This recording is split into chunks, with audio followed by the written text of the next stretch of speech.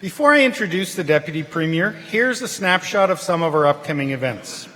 This Thursday, December 1st, will feature a moderated discussion on the critical importance of air connectivity as a key driver of economic growth.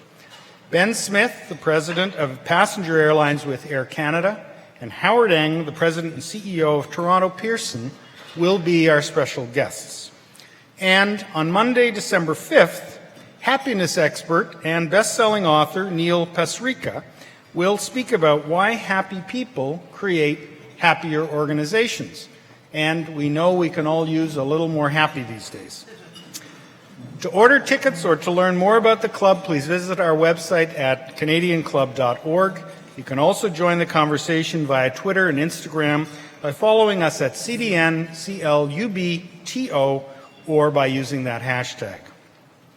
I want to acknowledge our Ontario series sponsors, Bruce Power and the Carpenters District Council of Ontario, as well as today's event sponsor, McKesson Canada.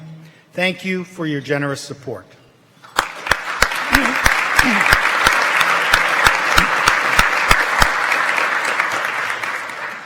And now our guest speaker today.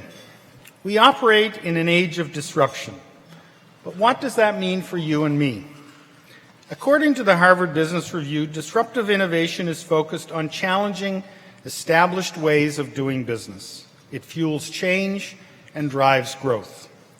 The Ontario government is embracing the concept of disruptive innovation through transformation of traditional ways of doing business. And it's starting in its own backyard by adopting a digital by default strategy to modernize the delivery of public services. The minister charged with driving these innovation-based changes is the Honourable Deb Matthews. Her multi-ministerial roles are centred around ensuring that Ontario's workforce is well-trained, educated, and equipped to help fuel economic growth and to be agents of disruption and not victims of disruption.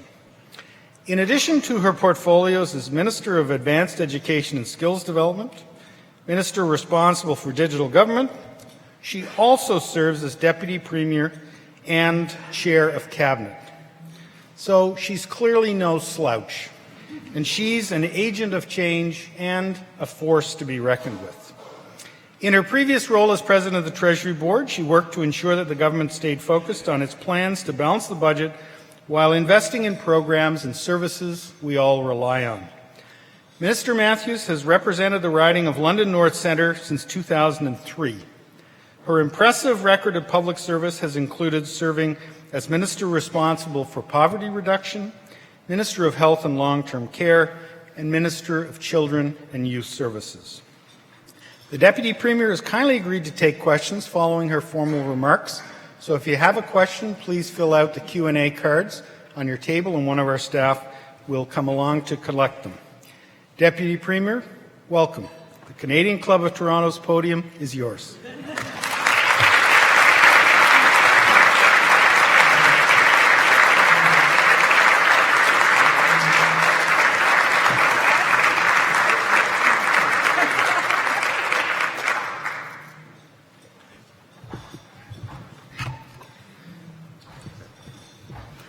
Well, thank you, Fred, very much for that kind introduction. Thank you also for inviting me here to the Canadian Club. It's not my first time at the Canadian Club, and I have to say every time I come, it's a very warm welcome. Thank you for that. So what I'm here to do today is talk to you about something everyone seems to be talking about, and that's the age of disruption. I have 3 children. I have 5 grandchildren. A few years ago, if you'd asked me, so what's the age of disruption? I would have said, 13, 14. A little earlier for the girls, but don't worry, they grow out of it. But age of disruption aside, I am discovering that much of the inspiration for the work that I do is found in my family. That's true when I was both Minister of Health and the daughter of aging parents. It was true when I was both Minister of Children and Youth and a mother and a grandmother. And it's very much true as Minister of Advanced Education and Skills Development. Let me tell you why. This is a picture of my father. In this picture, he was 17 years old. The Second World War was in full swing. He had just signed up in the RCAF. He lied about his age to get in. He's 90 years old now. So Dad trained as an air gunner. He went overseas, but thankfully, the war was over before he saw active service. Nevertheless, like all veterans who qualified, when he returned to Canada, he was entitled to free university, an unthinkable opportunity had it not been for this veteran's benefit. You see, he was the 7th of 10 children in a working-class family. He was the son of immigrant parents. No one in our family had ever been to university before.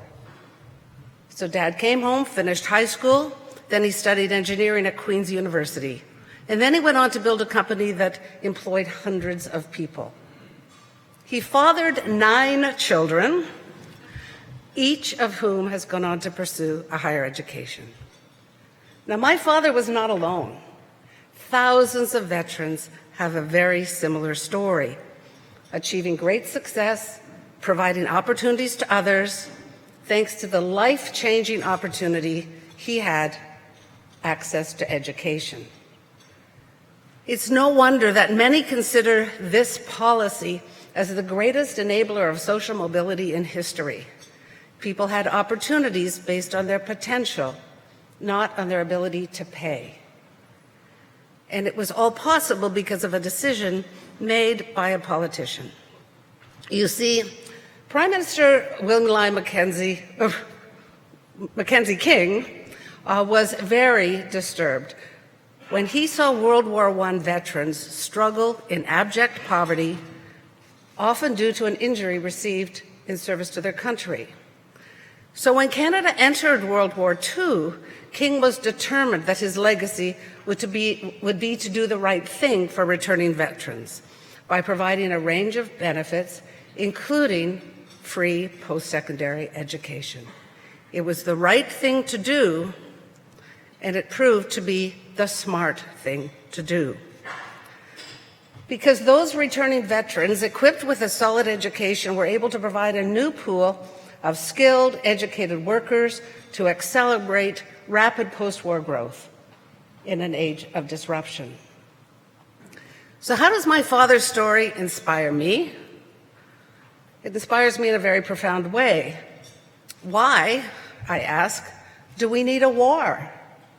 Why do we need a war to create that kind of broad accessibility to post-secondary education? Why shouldn't access be based on your potential rather than your pocketbook? You see, currently in Ontario, students from the lowest income families are about 4 times less likely to go on to post-secondary education than those from the highest income families. That means we're wasting a lot of potential. So we knew we could and we should do better. And this is what we did. We took a good hard look at the money we were already spending, what we were already doing to support access to post-secondary education. And it wasn't that we weren't already spending a lot of money.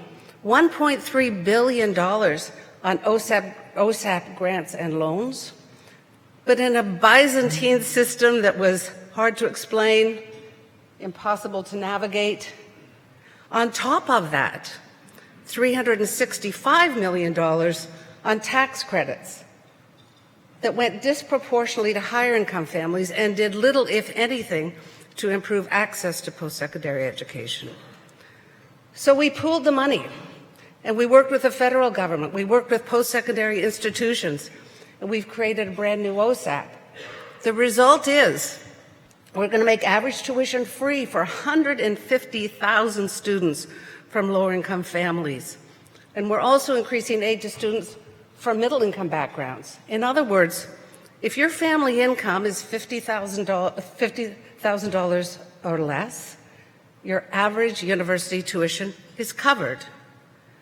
And under about $80,000 for college students. And if you earn more than that, the new OSAP is still there to help. Nearly 80% of post-secondary students will graduate with less provincial debt. In effect, we're removing financial barriers to higher education. The kids of single parents who watch their mom struggling to pay the rent, to put food on the table, are now able to aspire to achieve their full potential, to realize their dreams. They now have hope that their life will be different, that they'll be able to help their family live a decent life. And once again, more Ontario students can say, I will be the first in my family to go on to college or university. And more parents can say, my child is just as entitled to a higher education as anyone else.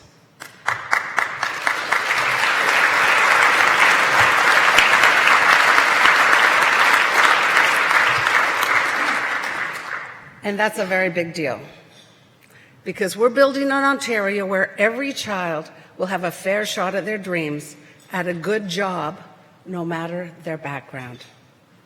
And as an aside, if you're a policy wonk, like I confess to be, this is a great example of the Treasury Board PRRT success.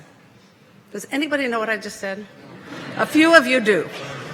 So here's why it's a success, because we defined the outcome we were working to achieve: higher participation rates for marginalized groups, and we pooled the money we were already spending and created something far more likely to achieve the desired outcome without spending more money. Ontario has built its system of higher learning and skills development with the understanding that we're building pathways to success for everyone. And under our watch, more students are ready to embark on those pathways. Since 2004, our high school graduation rate has gone from 68% to over 85%, a stunning increase that has captured the attention of educators and policymakers from around the world. And 67% of our population has attained post-secondary credential, higher than any other OECD country, higher than Germany, 38%. We're at 67%. Our education success is getting noticed, and that makes others confident to invest here. Leading-edge companies are choosing Ontario, companies like Thomson Reuters, Google, and Slack. Now, some of you might be Googling right now, what is Slack? And then you'll find a Reuters article with the answer. You see, I told you these are smart companies. Ontarians are smart too. They're creating thriving startup culture, which so much of the world wants. Waterloo Region alone has launched an average of more than one startup per day for the past 5 years. It's not just Waterloo, though. London's talented digital labor force has grown to more than 8,000 employees in London, Ontario, working for over 300 high-tech companies. Our educated workforce has made it possible for Ottawa-based Shopify to start here and stay here as it grew from a few employees to an e-commerce powerhouse with a market value that recently shot past $5 billion. So when you talk about disruption, take note. Ontarians are among the best disruptors and having a global impact. However, in a vast and diverse place like Ontario, that's not the only way we define success. Our aspiration must be to build a thriving and innovative economy that is also fair and inclusive. While many of us are poised to succeed and are excited of the opportunities in the age of disruption, others are worried that they're not part of it, that they're missing out. People worry about whether the jobs and the skills they now have will see them through the coming years. Parents worry about how to guide their children on the right career path.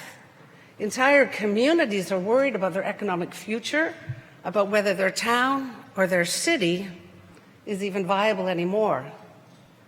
There is a new economy, and everyone is trying to find their place in it. And it thrives so quickly that some are unable to recognize it or even denying that it is happening.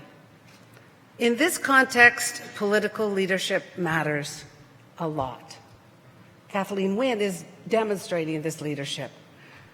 She could, and this is kind of the easy way to go, she could, like some others, choose to promise that the jobs of yesterday are coming back, that everything will be great again. Instead, the Premier has chosen to roll up her sleeves and with her team help people from across the province adapt to the challenges that we're facing now and the challenges that we're about to face down the road. She's chosen to focus on the opportunities to thrive in the new economy by building up our greatest strength, our people. And I, for one, am with her lockstep. So I'd like to take a moment to talk about this challenge, this age of disruption that we're addressing head on. It's being called the fourth industrial revolution. It's unlike anything humankind has ever seen before. Previous industrial revolutions were driven by steam, electricity, and then electronics and IT. According to the World Economic Forum, the fourth industrial revolution is characterized by a range of new technologies that are fusing the physical, digital, and biological worlds, impacting all disciplines, and even challenging ideas about what it means to be human. We know it's here. And to be honest, no one can really tell us where it's taking us, but some are trying.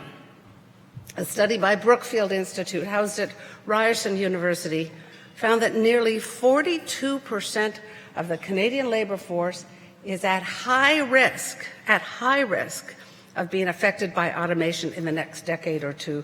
We're already seeing this happen in industry and manufacturing, as well as professional services and media. Self-checkout machines at grocery stores are an everyday example. And self-driving trucks are apparently not far around the corner. So it's becoming clearer and clearer that our workforce will need to be nimble to succeed in this age, as will government. With these challenges in mind, let me share 4 big priorities that are at the heart of Ontario's education and skills agenda. 1, let's get more from what is already our greatest economic advantage, our highly skilled and educated workforce. As I said earlier, Ontarians are more likely than anyone else in the OECD to have post-secondary education credentials. This highly educated workforce is what we're known for beyond our borders, and we are going to build on this strength. We'll attract even more leading companies and create homegrown success stories with more STEM graduates, science, technology, engineering, and math. Right now, our government is working on a strategy to improve STEM education for students in the early years to grade 12. And as part of our plan to bring universities to Milton and Brampton, we're infusing arts into the STEM mix to create more STEAM graduates, STEAM, science, technology, engineering, arts, and math, where Cisco, who is already talking about this, and OCAD is already talking about this. So we're looking to foster a new kind of post-secondary experience at these sites, one that brings together the strengths of both university and colleges and business. We're doing this because we're learning that the most innovative thinkers are created when we combine the skills of a scientist or a technologist with that of an artist or designer, and when we combine the practical with the theoretical. We're also very fortunate to have a strong tradition of skills training and apprenticeships as strengths we can and must build on. Ontario tradespeople have built a manufacturing powerhouse. They built up our communities and infrastructure that make Ontario among the best places in the world to live and work and raise your kids. The success of an apprentice who becomes a skilled worker can be seen everywhere, in our schools, in our roads, in our homes, and they make a great living too. So yeah, I see all the carpenters are nodding, a great living too. So we must make sure that we're getting the very most from an apprenticeship system that could train more workers in emerging skills that the new economy demands. And the opportunities are enormous. For example, Investments in the green economy are going to generate an incredible amount of demand for low-carbon technologies and building. Our workforce must be prepared to capitalize on this opportunity. And we're looking forward to partner with unions, colleges, employers to make sure that we have the skilled workforce that will keep our green economy growing.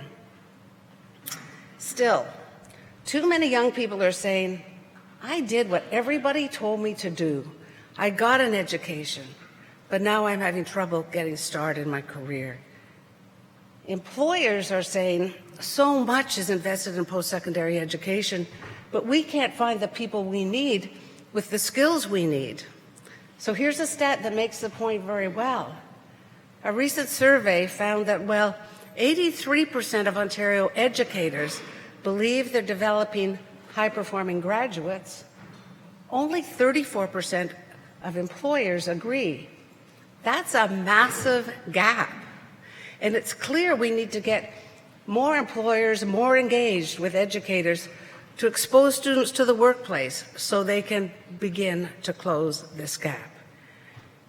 And that's why we have committed to providing high school students and post-secondary students with at least one meaningful experiential learning opportunity before they graduate.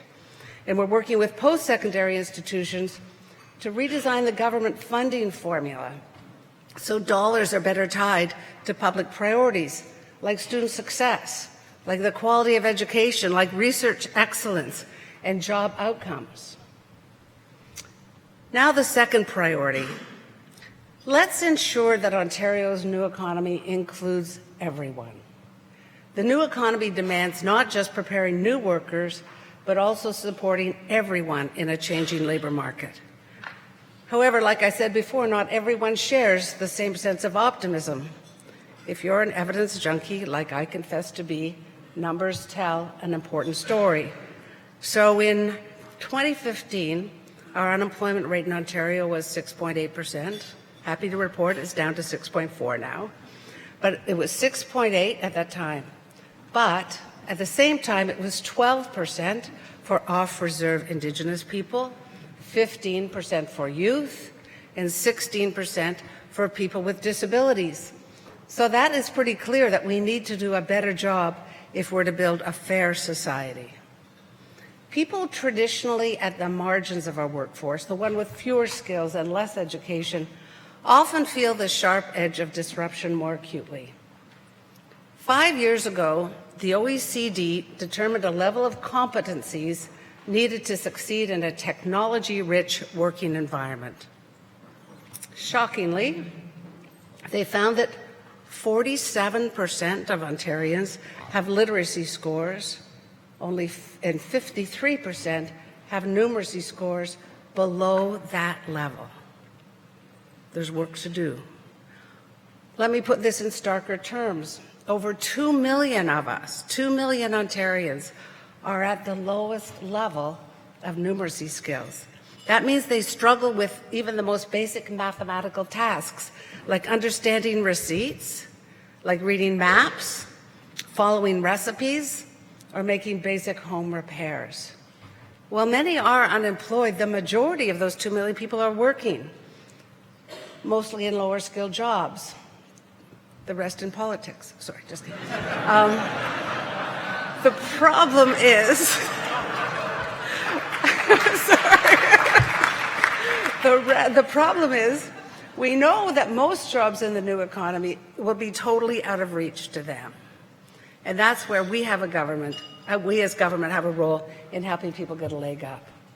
But we're spending over $1 billion on employment and training programs, and we need to make sure that they're reaching and helping the right people. So we're taking a hard look at adult education and basic skills programs, as well as training programs like Second Career and the Canada-Ontario Job Grant. Just like we did for OSAP, we need to better define our outcomes and measure our success against those outcomes. And these programs absolutely must meet the evolving challenges of the new economy. And we will need your help, we will need your advice to get this right. Because in a highly competitive economy with an aging population, We need everyone at their best. When marginalized people find their success, it is shared success. It will reduce poverty. It will strengthen the economy. There'll be more taxpayers to support that aging population and other priorities. And it strengthens our economy by fostering a workforce that better reflects the needs of employers. Many of whom are telling us that they're having a hard time finding people with the right qualifications to come work for them. My third priority is to build on our diversity advantage. Let me be very clear about this. Our government does not see immigration as a problem. We see diversity as one of our greatest strengths. Yeah.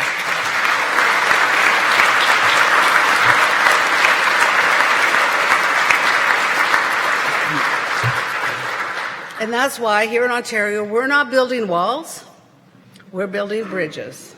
Bridges for newcomers, bridges to new, more prosperous lives, bridges that start with our youngest immigrant students from all over the world are succeeding in our publicly funded schools. And as they graduate from university, many of them will be able to benefit from free tuition. We can't be complacent, though. We also need to ensure that parents of these students can succeed as well. Today, very recent immigrants are well educated. 80% have a post-secondary education, but only 55% of them are working in highly skilled jobs. There are community organizations and business groups, great organizations who are piloting ideas and strategies for the success of newcomers in our economy. We need to learn from those pilots. We need to double down on efforts that have the best outcomes. But not all newcomers come to Ontario to work, learning experiences while they were here. And like Federal Immigration Minister John McCallum, I believe we need to start thinking of international students more as future Canadians and less as visitors. So I was thrilled to hear that Minister McCallum is making it easier for international students to stay here after graduation. Like us, our federal government is clearly focused on building those bridges. We know that exposure to diverse perspectives and international experiences throughout education and throughout our lives helps to build global citizens. International students in Ontario enhance the learning environment for all students. But the age of disruption is not just happening here in Ontario, it's having global impact. And that's why we're also looking at how to send more Ontarians abroad to study. When we educate students in intercultural competencies and experience, tolerance and diversity can bridge any wall. My fourth and last priority I want to talk about is the necessity of bringing everyone to the table, especially business, because government cannot do this alone. As we plan for the future of advanced education and skills, we must do so with many people around the table. So we are creating a planning and partnership table with a mix of leaders from business, labor, education, and government to help steer this work. Premier Wynne got this conversation started with her highly skilled workforce expert panel led by Sean Conway, who I understand is sitting right there. Thank you, Sean.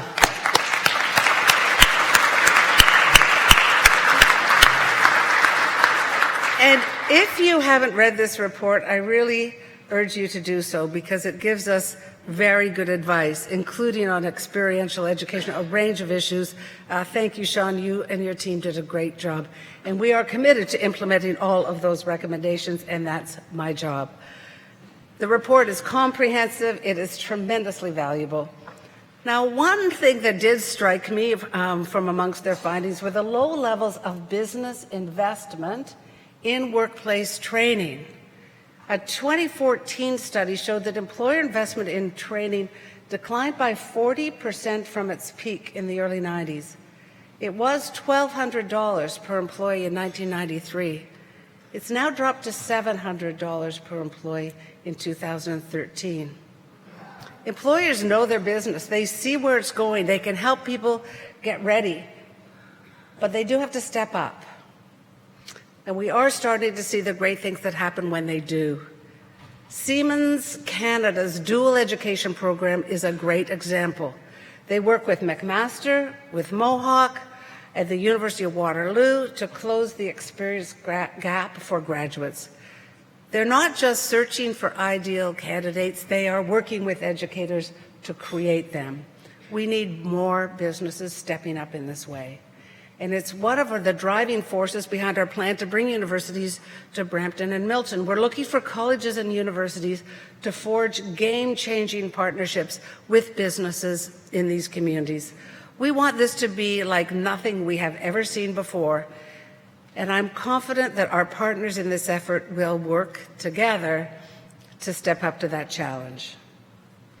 So as I conclude, I want to say that by working together, we can do more than just get through this age of disruption.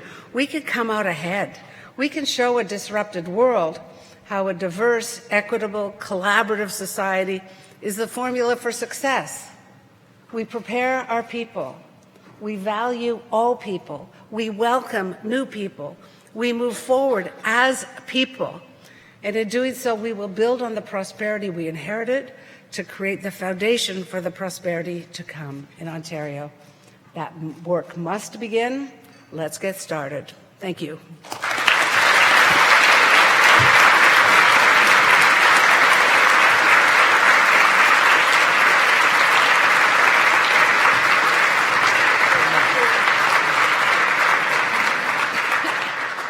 So, Minister, we have received some questions from the audience. The first is, what are your plans to deal with the and underemployed skilled immigrants in Ontario? You talked about it in your talk. Yeah, this is a really, really important question, and we are doing some good things. We need to do more. But you probably don't know this about me. I went back as an adult student to do my PhD, and I didn't actually go back to do my PhD. I went back to finish my BA. I ended up doing my PhD. And the topic I looked at was immigrant settlement in Canada and the importance of that and the impact of that. But one of the things I said in that conclusion of that dissertation was this: we have no difficulty investing in children who are born here. We think it's quite appropriate, the right thing to do, to invest in their education, to make sure they're healthy, to give them everything they need to be successful, because we know that's a good investment in the long run. Why would we not apply that very same philosophy to immigrants who come to Ontario? We need to invest in the short term.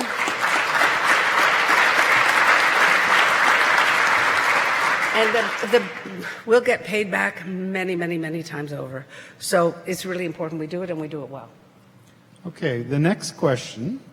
What does the future of online education look like for Ontario? So again, I think there's huge opportunity in online education. We've got eCampus Ontario that's offering 14,000, somebody will tell me if I'm right-ish, 14,000 courses that people can do online. We've figured out how the credits can be transferred, so you can take those courses online. But where students aren't able to travel, or life gets in the way of their ability to do that, we need to use the technology. We just have to do that. We have to do more of it. I think many people who are lucky enough to go to university actually and go somewhere and have the full university experience would say they learned more outside the classroom than inside the classroom. So I don't want people to lose that experience. But some people do want to supplement that in-person education with online, or their life circumstances are such that the only option is online. So we've got a good start, but huge opportunities to do more. Okay, the next question refers, how's the rollout of free tuition for qualified students going? You'd indicated it would benefit 150,000 students. Is it on track? And then a second corollary question, what about students who have already graduated and are now in debt? So just to correct, it's 150,000 students will have grants that exceed their tuition, so free tuition. 250,000 students will be better off than they currently are. So this is a very big deal. The implementation is going really, really well. It's a big job that we've asked people in our ministry to do and in the colleges and universities to do. And I'm enormously proud of the work that is happening to roll this out for next September. We are on track. But one thing that we're doing, because I'm minister responsible for digital government and advanced education and skills development, I kind of fused my two responsibilities on this project. Because not only do we need to make OSAP more accessible, increase grants, we need to take OSAP into the digital age. So our digital team is working with our policy team, with our communication teams. Every Monday morning we get together. I go to these meetings because it's so important to me that we get it right. And we're all in one room talking about the implementation. So we are going to have a product pretty soon for young people to be able to estimate how much university or college is going to cost for them. We're rolling out, because here's the thing, with this free tuition is great, it removes financial barriers, but the financial barriers are only part of the barriers. It's the non-financial barriers to higher education that I worry about as much as I worry about the financial barriers. So we have to go into schools, elementary schools, high schools, and demonstrate to students that they can, in fact, afford to go. So we're using all the power available to us in the digital world, combine it with the really good policy and implementation. So we're on track. We're going to make it happen. And the question about students already in debt. Yes. So this is not the easy part, right? So what about students who've already gone through, who are paying back their loans? This is not a retroactive policy. Much as I would love it to be a retroactive policy, it is a go-forward policy. The goal of the policy is to improve access to post-secondary education. Obviously, people who have already graduated did have access. We've got really solid programs in place for people who aren't earning enough to pay back. We can continue to relieve them from having to pay back until they're earning $25,000. But this is a go-forward policy. Okay, thanks. I'm not going to get to go through all the questions, so there are a couple here that have a similar theme, which is, what is the government doing to encourage students to move into skilled trades and apprentice programs and away from perhaps the classic university education? This is such an important question, and Sean Conway talked about it in his report. We've talked about it, but we need to make sure that people understand that there are many pathways to success, and for some students, apprenticeship is absolutely the right way to go. So we need to talk about it more. We need to talk about the benefits more. We need to educate students more. My colleague Brad Duguid, did he speak at the Canadian Club recently? And I think he told a story that was pretty revealing. So he used to have my job, and he talked a lot about the importance of apprenticeships. And when his son, who was playing hockey, decided to hang up his skates and go back to school, he ended up choosing trades rather than university. And Brad was saying, well, you got to go to university. You got that opportunity. You got accepted. Go. And then Brad's son said, Dad, weren't you the one who was always talking about how important the trades were? Weren't you the one who was saying that everybody should really think hard about the trades? And that's what happened. So I think we have to, to check our thoughts at the door and really talk about the great opportunities that the trades bring. So we need to do that better. Great. Thank you very much, Minister. I'd now like to invite David Simmons, Director of the Canadian Club, to come up and formally thank the Minister. Before we do that, could we just say happy birthday to Tom Allison? Happy birthday, Tom.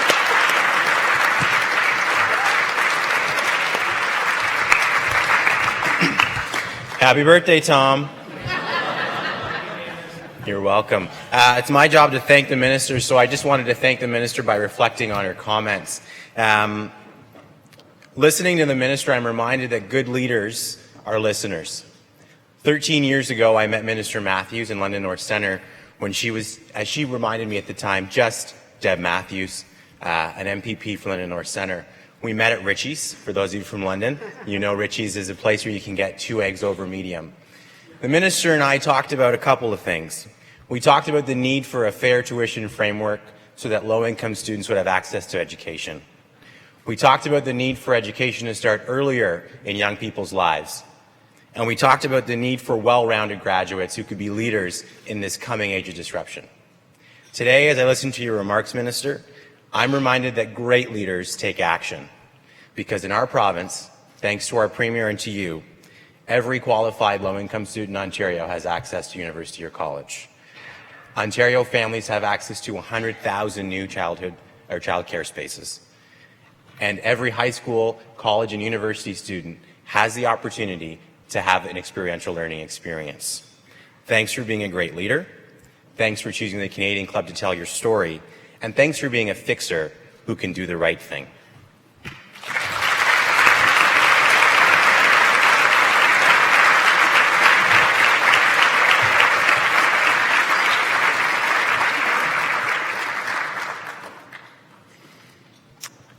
Thanks, David. I also want to add my thanks to Deputy Premier Matthews for joining us today and wish you the best of luck.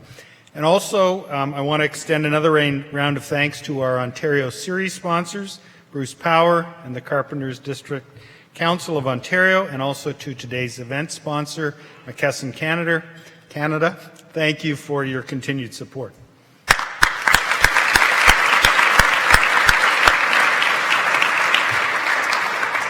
This concludes our program today, which will be broadcast on Rogers TV in the days to come. We're grateful to Rogers TV and 680 News for their continuing promotion of Canadian Club events. I also want to thank MediaEvents.ca, Canada's online event space, and VDC for live streaming today's event. To learn more about the club, visit us at canadianclub.org. Thanks to all of you for joining us. We look forward to seeing you at another of our events in the near future. Have a wonderful afternoon.